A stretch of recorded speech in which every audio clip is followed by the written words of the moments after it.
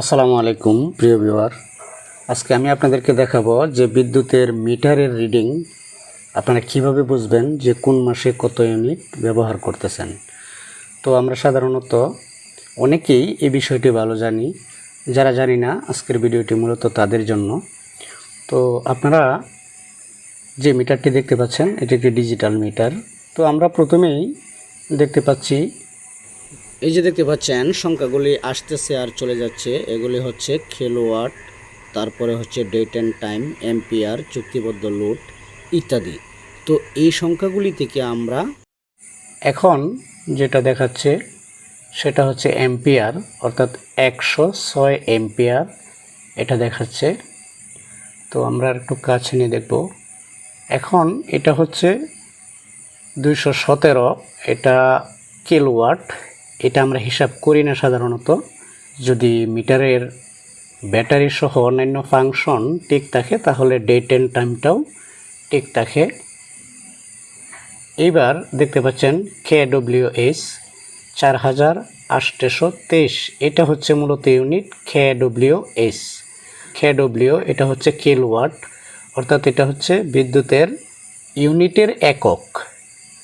আর এটা হচ্ছে ভোল্ট, অর্থাৎ 246 ভোল্ট এখন আছে।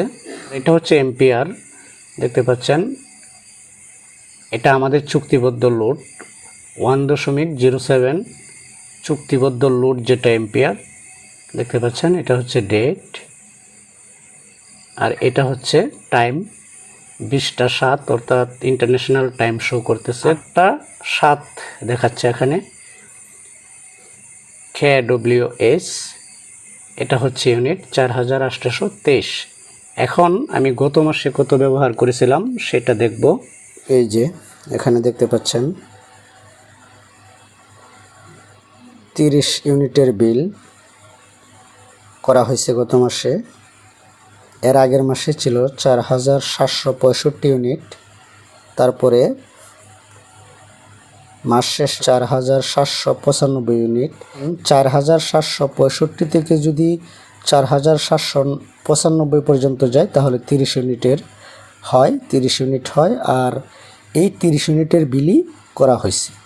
তো আমরা ভিডিওর প্রথম অংশে মিটারে দেখলাম 4823 ইউনিট।